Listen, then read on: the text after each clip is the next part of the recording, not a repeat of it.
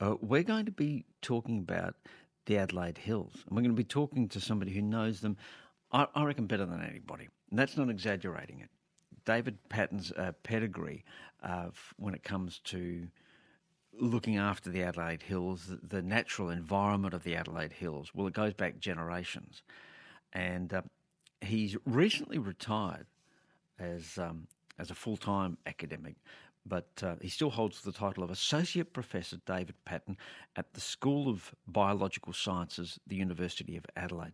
He's been a guest on this program, on this station, for many, many years. He's recently written a piece which he sent me, and he said, look, would you be interested in talking about this? And I said, absolutely.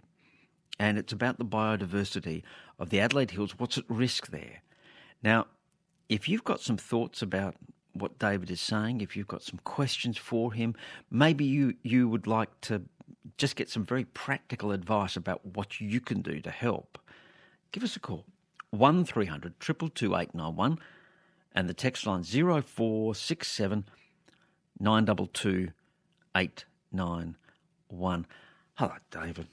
Good morning, David. It's good to see you again. Same here. Yeah. Now, actually, we've done a bit, haven't we? Do you remember that OB you, Matt, and I did down at the Coorong, at Menengi? At Menengi, we've done quite a bit of stuff on the Coorong. Yeah, we've covered a lot of ground. Okay, but today you want to talk about biodiversity up in the Adelaide Hills. What's your message? Well, just remember that we Saturday, May the 22nd, was Biodiversity Day, National Biodiversity Day. Hardly got a mention in the media. In about 10 days' time, we've got World Environment Day, which has got a biodiversity theme.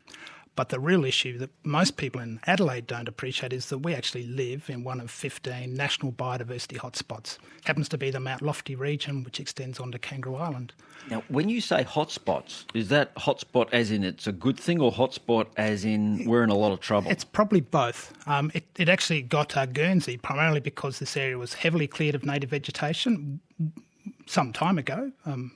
It's down to about 10% of the original vegetation. We have a whole suite of birds that are declining, and those two things are actually part of the nomination for it. But it's one of the few biodiversity hotspots where the bulk of the people also live. And I think it would be sad to sit there and just let these birds continue to decline, and they are still declining.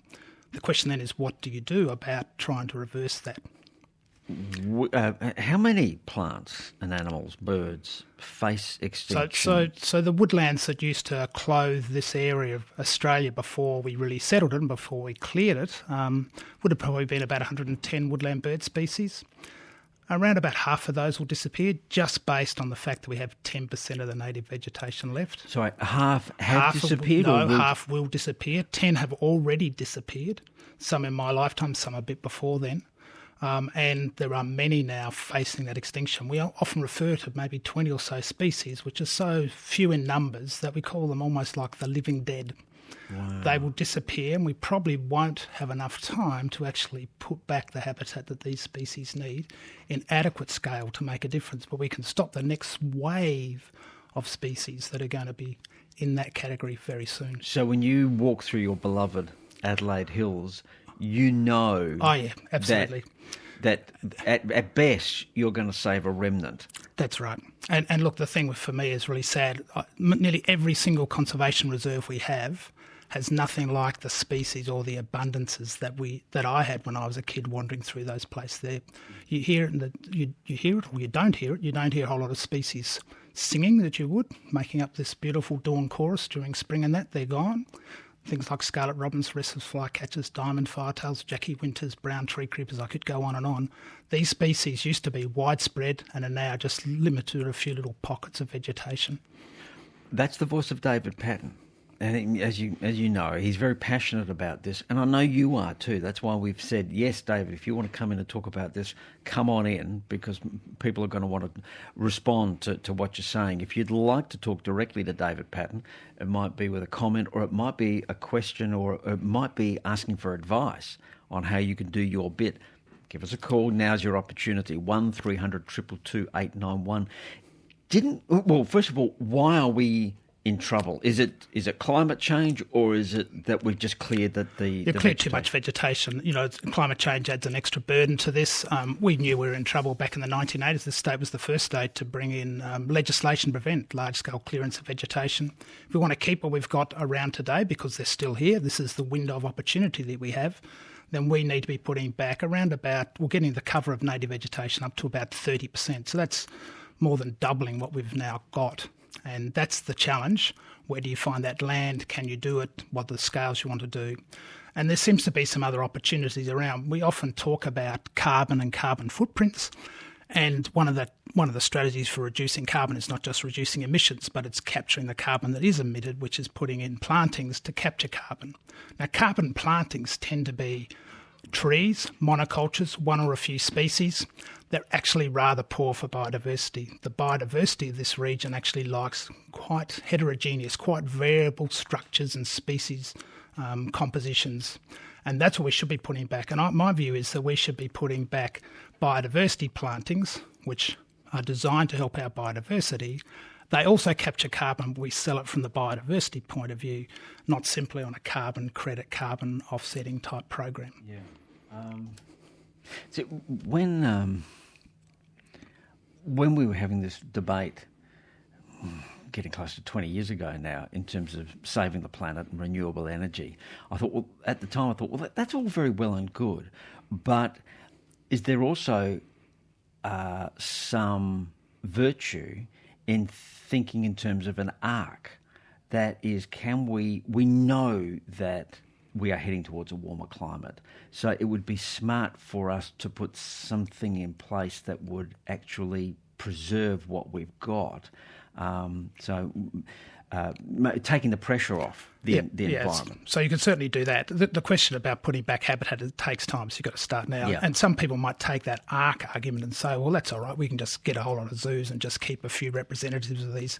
Keeping animals in zoos might preserve the taxon, but it doesn't actually conserve the system. And we've got to appreciate the animals in these systems are doing services for their plants. Many honey-eaters are pollinators. They're needed by those plants to set the seeds, to have a seed bank to cope with the next fire and other perturbations. So to have a functional system, you want to have the animals in reasonable numbers through those areas. Now, very quickly, if we're talking about increasing the amount of native vegetation from its current 10% to 30%, we're going to get into a conversation about fire. So if you've got some questions on that, give us a call. Already people are ringing in on the text lines. One person says, I have a 1.5 acre cleared block in the hills and have been slowly replanting with native vegetation for years.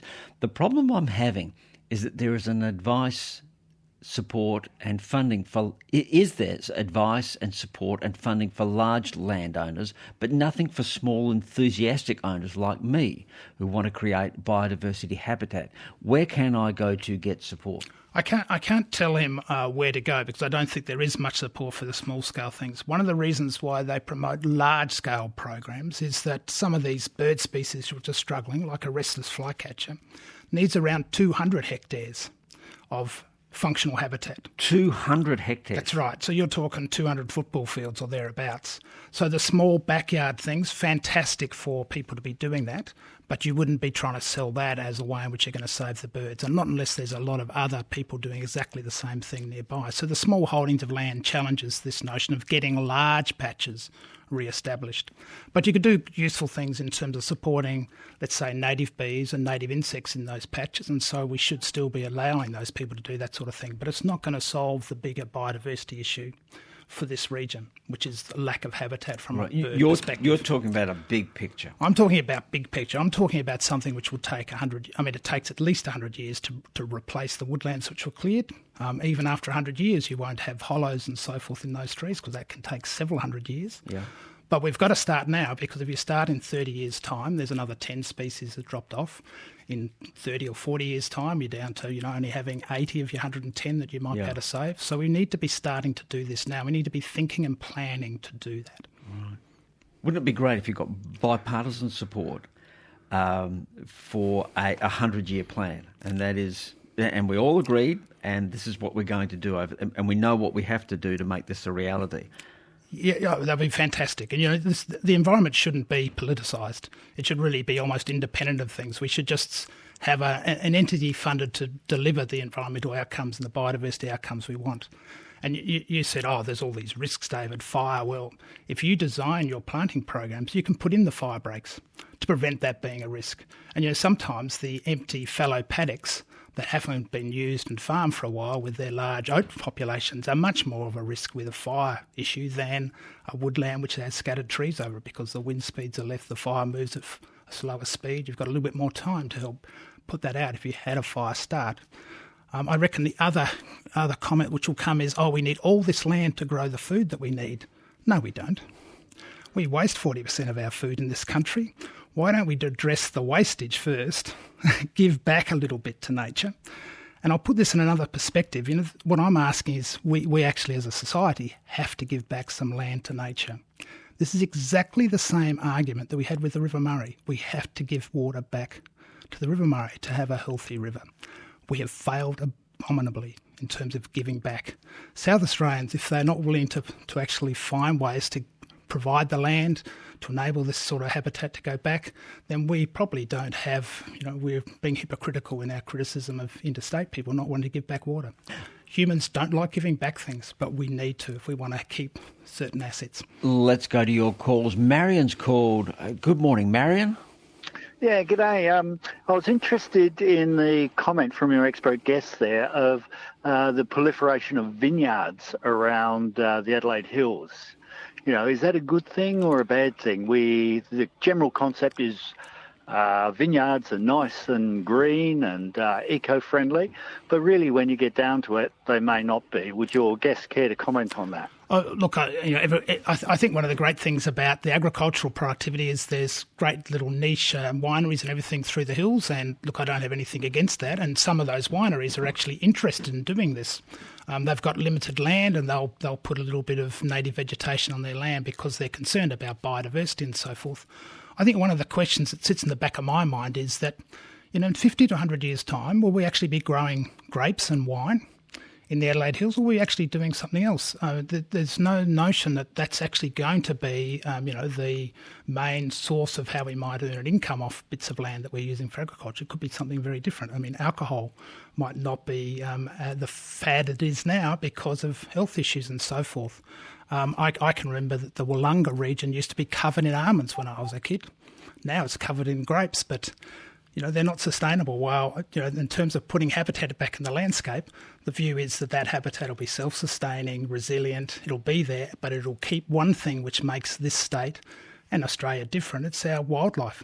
It's not our agricultural activity. Thank you for your call, Marion. Let's go to Victor Harbour. Good morning, Stephen. Good morning, and it's lovely to hear these opinions coming across. Down here, I was going to bring up about marine birds as well that depend on, like penguins that come to shore and at night to breed and to live. But down here, we've gone, and you were talking about 20 years, from about 7,000 penguins down to about, the last census was 16 on Granite Island. So I think things are not looking great.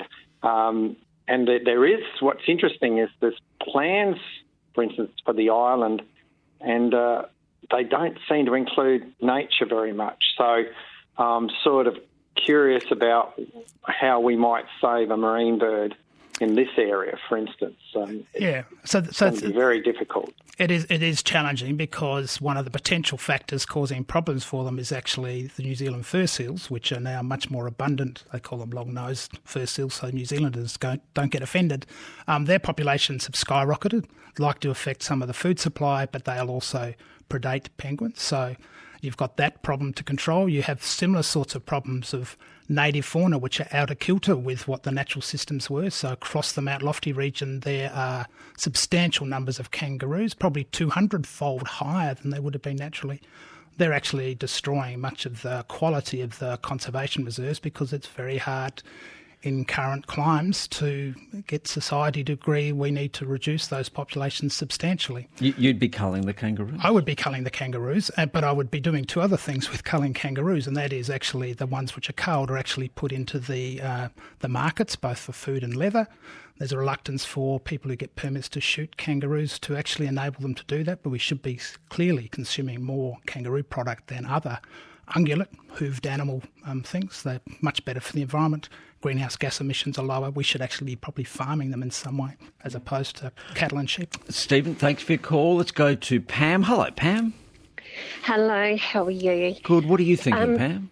Now, I have a small property at Waipinga, and I've been planting out for years, providing habitat for birds. I have a great love for them. And I've noticed in the past few years that I've had an invasive bird coming in, the currawong, and the little birds are declining. And I wondered if that was a factor in their decline. It's probably a very small factor. They certainly have increased in abundance as you now get them through some of the Adelaide suburbs as well. I know the sort of Waipinga area very well. And I would have said their numbers haven't changed dramatically over the last 20 years, but you might be seeing more of them coming into your areas you're replanting, partly because they like to forage on the ground and so forth. But, this is another one of those things where managing your wildlife is a matter of finding the balance between animals which might be doing harm and, of course, the animals you wish to favour in those management programs. Pam, thanks for your call. On the text line, Michael at Malang asks, he says, I heard the government is considering removing many trees at the former National Park Golf Club, this is up at Belair, to construct a number of soccer fields. Now, I think they've ruled out the soccer fields, but they still don't know what to do. They're still debating what to do with the old Belair golf course. Now, should we seize on that as part of what you're talking about? Because we'll need every little square inch if we're going to achieve anything like the targets you absolutely. want. We probably do, but I'm not sure. I mean, I think there's certainly inside heavily populated areas you might question what is the way to manage that. I think there's 50 hectares of golf course area attached to that park. I think there's some other opportunities there, but you probably would argue instead of running introduced grasses across the golf course fairways and that you might perhaps plant some native grasses and maybe some native herbs and that, which won't change the fire risk at all. But it might actually be a way of increasing that biodiversity there. Right, because people, understandably, who are living in that area, they'd be pretty nervous about putting in more native trees. Absolutely, and I think this is one of the clear area. That's right, and this is one of the dilemmas we have is we're increasing, in fact, the sea change or tree change driven by COVID is more and more people want to go and live out in the country, appreciating that out in the country you have that space and everything else.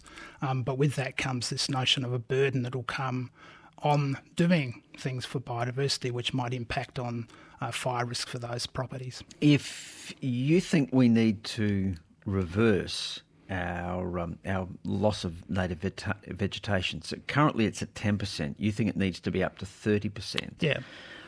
That is a massive undertaking. Okay, and so it's based on simple modelling to do with species area curves. The more area of habitat you have, the more species in a region you can keep. So it's really just getting it to a point where you can keep what we've got today.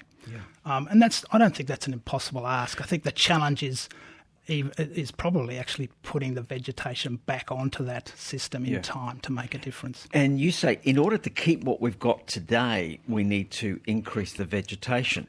Now, why is that so? If we want to keep what we've got today, surely we just stop losing the native vegetation if we keep it at 10%. We've been doing that, David, for 40 years. We've done virtually no clearance for 40 years, and we can measure quite dramatic changes in the abundances of most of the species and in their distribution. And look, there was a report in the media only probably 2 months ago that something like the common birds had dropped their abundances by 48%, I think it was, overall. So that's a halving of the numbers. So there is a lag between when you lose the biodiversity after you've lost the vegetation. That's exactly right. And so we're seeing that played out now. That's right. It's called the extinction debt. This is the extinction debt we're passing on to future generations. The past clearance, we probably could almost say that wasn't us doing it, but it was cleared with good intention. There was no malice associated with it. We just went too far. And from now on, this system will slowly deteriorate because we have this extinction debt. There's not enough habitat to keep all the species we have today. Because some of them are lingering. Exactly. But they won't linger for long. Some of these birds and that live for 10 or 15 years. Yeah. They'll still produce a few young, so you'll keep, but the numbers will continually and slowly drop. It's exactly what is playing out, and it has been playing out for 30 to 40 years. It's 27 minutes past 10. In a moment, we'll be talking national politics with Greg Brown. But let's go to Glen. Good morning, Glen. Glen, do you have some thoughts about what David Paton is saying? We've got problems with our phones. I think Glen was going to tell us. Oh, hello. Oh, you are with us, Glen. Good. I am. Sorry, David. Probably the wind down here. Nice to have a chat. Look, I think it should be mandatory that any development within the hills, in fact, anywhere in the state where there is natural growth, that there is a corridor of natural growth left on properties. I think that should be part of the legislation that goes through. If you want to develop in the hills, you have to leave a corridor for the flora and the fauna. Glenn, thanks for your call. So corridors might seem great for us because we think of a corridor and we can travel along it. There is no guarantee that the biodiversity will travel along it. And the best example I can give you is that brown tree creepers used to be common in Blair Recreation Park. Yep. In my grandfather's days, his name was Cleland. He was the National Parks Commissioner, amongst many other things. He even noted they were common. When I started to study them in the late 90s, there was just one group left. I think it consisted of 4 birds, a pair of adult birds, male and female, and 2 young. The young disappeared in March. They bred again the next year, produced 2 female young. They disappeared. The next year they bred again. Fantastic habitat for them. They produced 2 males. In the next breeding season, one of those males still there with the father, so the bachelor son and father plus the mother were there. The female died, and then from then on, no tree creepers managed to get there. Right. And the end is that the species went extinct in that park in 2001. Yeah. And the dilemma here is that, we think planting corridors is good. There's no guarantee animals will move along it. The nearest brown tree creeper population is about 10 kilometres away across suburbia and so forth, so it's not going to travel across that. Yeah. The other thing which you can do is you'd actually try and grow the population at Blair so you had a number of pairs all producing young. So just by demographic failure, you would keep the birds in place. So look, what Glenn is saying, it might have some benefit for somebody, and it looks good. And I could see in the future a well-meaning developer in their nice glossy brochures saying, "Oh, and we have given you corridors." But what you're saying is you're kidding yourselves, folks. There's no easy way around this. You simply have to restore large areas of habitat. That's right. And corridors are long, narrow things. They're not efficient for animals to breed in. They also help move predators through the system. And, we even have this notion of offsetting. You can clear all that native vegetation, which is 100 years old, and we'll put an offset somewhere else, which is just seedlings in the ground. They're not equivalent to that for at least 100 years.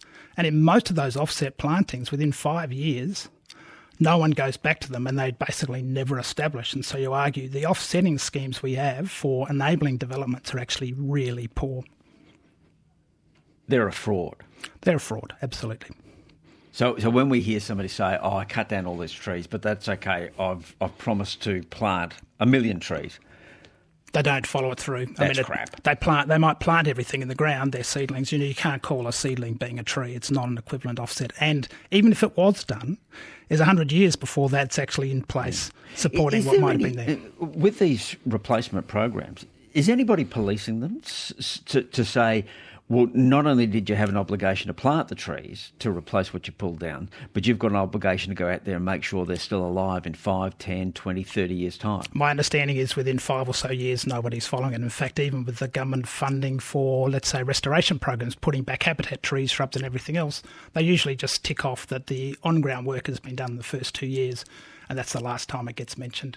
No one follows these up to show that the animals are working. And we know that some of these habitats which have been put back in the landscape at scale, 300 hectare type scales or the Monarto plantings, they are able to support some of these declining species and they live there and breed there, which is a good sign. Now, David Paton's looked at his diary. He has been able to stick around. So there are more questions about what he's suggesting we need to do in the Adelaide Hills, and really, I suppose, stretching all the way down to the Fleurieu. I mean, that's when I think of the Adelaide Hills, we're talking about a big parcel of land here. And if you've just joined us, what David Paton from the School of Biological Sciences at the University of Adelaide is saying is, look, we got down to 10% of our natural native vegetation. About 40 years ago, we put an end to the stripping, the denuding of that native vegetation. But the consequences continue to echo on. And if we think by keeping it at 10%, we preserve the biodiversity, we were kidding ourselves. In fact, he's arguing we need to ramp it back up to 30%.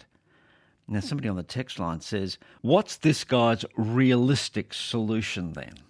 That is the solution, and what I would say the challenges are going to be funding it. The challenges are also finding the land. But if you actually set a target, then you can start doing this. And this is not going to be delivered tomorrow. It'll be delivered over 100 years. We have time to learn how to do it. I have a not-for-profit called BioR that's doing, 10 or so hectares a year. We'll be doing 20 hectares per year, hopefully, from next year. And if you keep building on that, then that gives you a chance of doing it. But the way we do that is rather different to the standard revegetation programs. We grade the soils. But we would need to add, 150,000 That's right. hectares? So by perhaps in 25 years' time, we'd be wanting to do 1,000 hectares. But the idea is to get to that 30% cover by, say, 2100. Rob has called from Rapid Bay. Hello, Rob. Hello, how are things? Very good. Now, what's your question or comment for David Paton? Two, a comment and a question. David, great admirer of you and your mother's work over the years. Well done. Thank you. We purchased a place at Rapid Bay, BHP House, 36 years ago.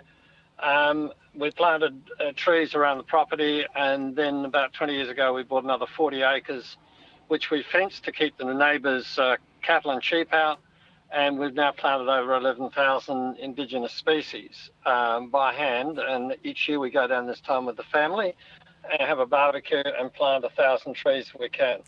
We're about 80% success. Now, over the years, this land had no vegetation at all other than Salvation Jane and seeded grass. But a whole lot of stuff has come back. Over the years, I've kept a record of the birds. The New Holland the white-plumed honeyeaters, prevalent at first, are virtually gone. I rarely see one. Singing honeyeaters are the same. New Holland honeyeaters were never there in the beginning, and now they're crowding the place. You just go. Crescent honeyeaters recently have started coming in, and they were rarely there, if ever, before. So and now the currawongs have started coming in and tearing bark off the trees, which is fun to watch, but we didn't have currawongs in the beginning. So the transition is extraordinary as the vegetation changes. But the question follows, over the years, from when I was a kid, we used to go down the Fleurieu and go down all the back tracks, which were fenced, and they were unmade public roads.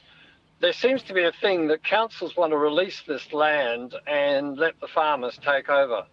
And unlike in England, where the old roads, the Roman roads, become walking trails and corridors of vegetation, we are rapidly losing one of our last chances to have these corridors, admittedly understanding your comment that they are not necessarily corridors for certain species.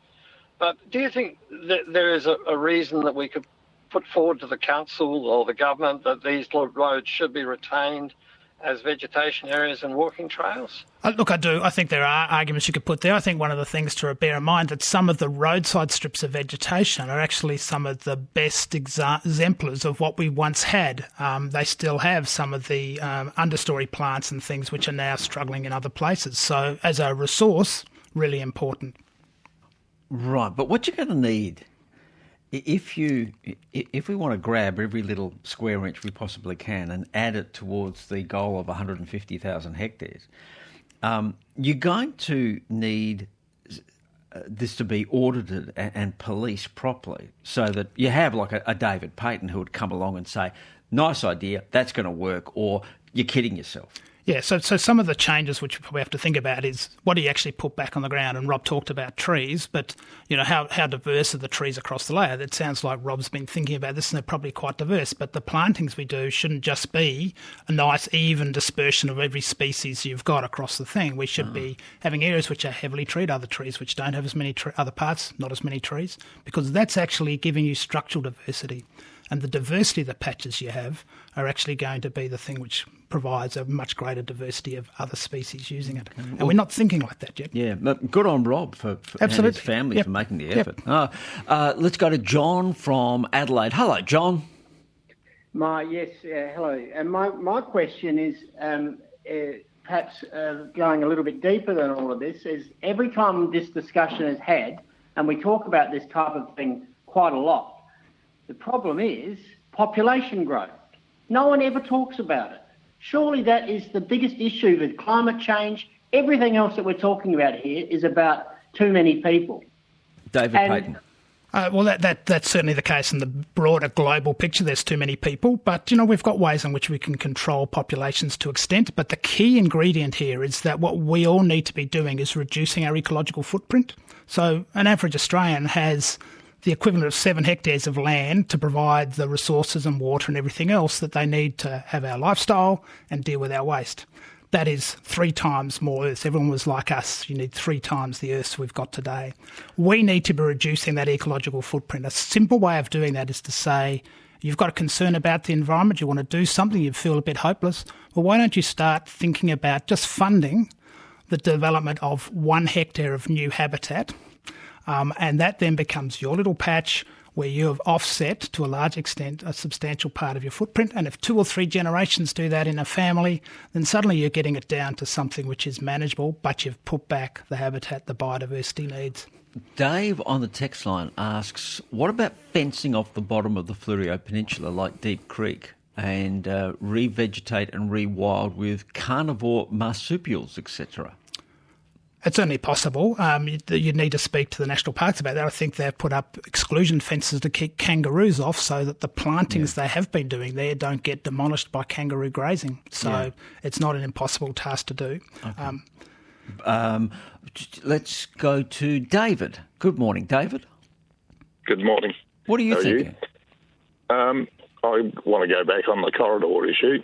I'm actually building corridors between heritage scrub, and I'm finding fairly good success. One of the big issues, or 2 big issues that people forget, are that we've largely diminished the water points in open ground or scrub, particularly in heat wave conditions. And I've had immense success along the heritage scrub by putting in water points. Secondly, in planting corridors, I don't totally agree with David, but in planting corridors, a lot of people in the hills are making the mistake of monoculture trees, whereas I've been working with Flora SA, State Flora, and we've got 16 species, so that we've got flowering all year, all seasons, and that's both for birds and bees. And we've had remarkable turnaround in 4 years. This is the first year we're getting extensive flowering in the tree belts, but it is producing remarkable results. But I also put it down to water points being available, particularly in summer. I agree definitely with the water points. I think that's something which is missing from the landscape now. In terms of corridors, fantastic. You're talking 16 species. But, most of these woodland systems would have, in terms of all the understory plants, more like 100, maybe 200 species of plants in them. So you've got the 16 or so charismatic species which can be grown. State Flora is great in terms of challenging techniques to propagate these plants. All good in terms of just putting those corridors in. But the key ingredient we need to be thinking about is what is the habitat that the wildlife we see even using those corridors need to breed. Because the only way you grow your populations is to have habitats that enables the species to breed. And that's the bit, and that's why you need to be thinking beyond a corridor. Yeah. A lot of people sending in texts regarding cats. You've got to get rid of the cats. But are you saying that As important as those sorts of things are, and we know it's important to get rid of the predators, the introduced predators. But that's not the silver bullet. That's not the silver bullet. You can manage all the reserves we've got at present, control all the feral pests and everything else in them. We're not doing that now. If we did that well, you would still lose species with the 10% of habitat left. Okay, there is a cruel arithmetic here, David Paton. Absolutely. And that is that you can do all of these wonderful, good things and well done to you. And that's not a reason not to do them. But if you think you're going to stop the species decline, you will not unless you start restoring significant amounts of habitat. Significant amounts of native vegetation. Yep. It's as simple as that. Absolutely. Tom. Good morning, Tom. Good morning. I'm just ringing to see the issue which I'm sort of thinking of is that a lot of the replants which occur in good faith and all, and that lady at Waipinga, as well as David, your caller there, was saying that, is there a sort of brochure or some sort of information source which, if you allow, how certain species of birds might be disappearing, is it due to the composition of what's been replanted? I mean, are there specific features of certain plants which aid the breeding or habitat for some of the lost species? So, yeah. Absolutely. If you know the ecology of the species, and, despite having ecologists here, we actually don't know as much as we should know about most of our common native bird species. But there are some species which like low horizontal branches, like robins. They sit on those, look on the ground, then pounce on insects on the ground. Well, if you plant trees in plantations close together, you don't form lateral branches. That species can never use that because it doesn't have the structure it needs. So thinking about the structure and the composition, the species composition, are two components. We should be designing the habitats to target those species we're most concerned about. That sort of thinking is not done in most planting programs. This is really sophisticated stuff. That's right, because I was just thinking that, I've got a couple of old copies of the old Black's Flora, which was marvellous in its day. Hopefully it still is. But if there could be a reprint of the Black's Flora with the bird species associated with the flora, that would be quite a good start. That's a great start, but you can plant a species, and depending on how you plant it and with other species will determine whether or not it might get used. So it's a much more complicated thing here. But the fundamental issue here is it's the area of habitat that these birds need. They don't live in a backyard. They live in a much, much bigger area than that, just a pair of them. Your birds are very picky.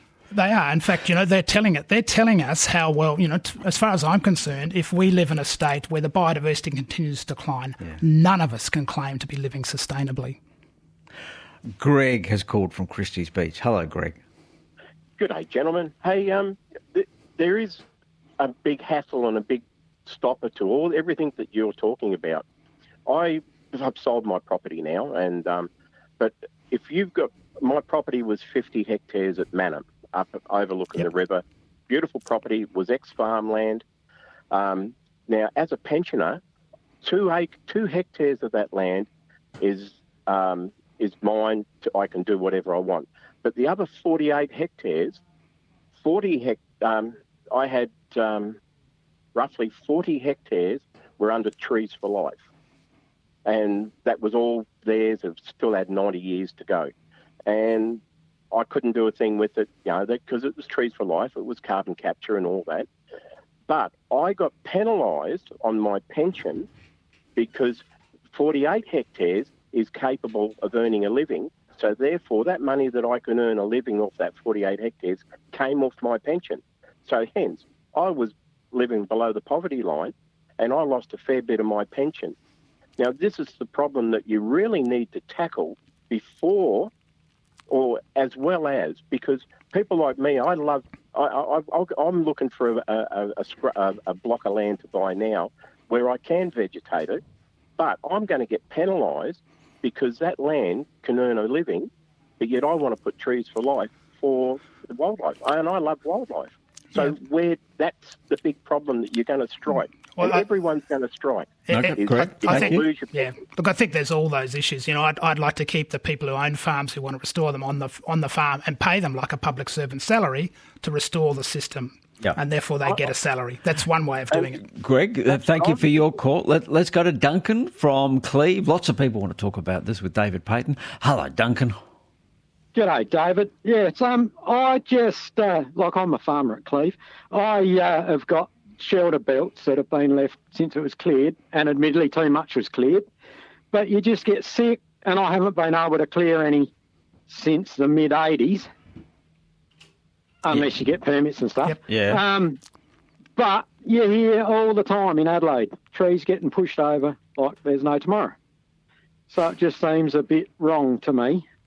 Duncan, thank you for your call. Is there something we should be doing down here on the plains? Look, I think it's more around the environments people live in as opposed to biodiversity. The biodiversity isn't really in the suburbs of Adelaide, but Adelaide gets a lot of benefits for the trees being in place because of reduction in temperature and so forth. See, I still reckon that there's a lot more biodiversity in the Marion area that I've seen in my lifetime now than there was when I was a boy. Yeah. And that makes sense when you think about it, because straight after the war, everything was cleared. Everything was cleared. Everything was cleared. They put up concrete and asphalt. And 50 years later, you get books out. Absolutely. Now. They've been around the suburbs. But, at the moment, there's quite a few spinebills across the suburbs. Now, one of the reasons why they're here during this winter time is that the understory inside the reserves has largely been eliminated by kangaroo grazing. And as a consequence, they're searching elsewhere for food. Oh, so it's not so much that the plains have become more attractive.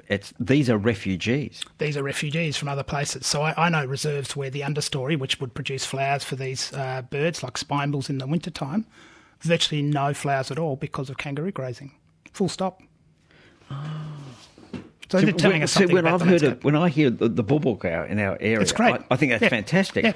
But actually, that might be a sign not that things are great here, but that things are worse elsewhere. Not so much for boobuks. I think they've always been part of the urban things. I suspect what you've found is the Marion area's had a whole lot more trees established, and so they're now much more suitable for them. It probably also tells you there's a few vermin around, like mice and rats and that, which they feed on. And fantastic. Yeah. At 3 minutes to 11, George from Crafers. You'll be our last call today, George. Thank you. What do you want to say, George? Thank you. Professor David Paton, I think it was you that instigated bird counts on our property about 30 years ago, and we still have them, and we have all the statistics. We still have brown tree creepers, which is really good. But recently, prescribed burns have taken place not far from our property, and I wonder what your opinion is as to what effect these would have on birds and echidnas. So the controlled burns, if they were very small patches of vegetation and only part of, let's say, a vegetation type, which might be in a reserve, I would say it's a sensible way of going forward. But in many cases, these controlled burns are much larger than that. And essentially, when you burn a habitat, it makes it unsuitable for a whole lot of species for probably 10 or more years as it recovers. And that's the challenge. And we burnt far too much control burn and far too many fires of late, such that we actually got even less than that 10% of habitat not being able to support the birds at the moment. David Paton, thank you for sticking around. We appreciate it. We were going to talk to David between 10 and 10:30, but so many of you wanted to discuss this with him. He generously agreed to stick around until the 11 o'clock news. So good on you, David.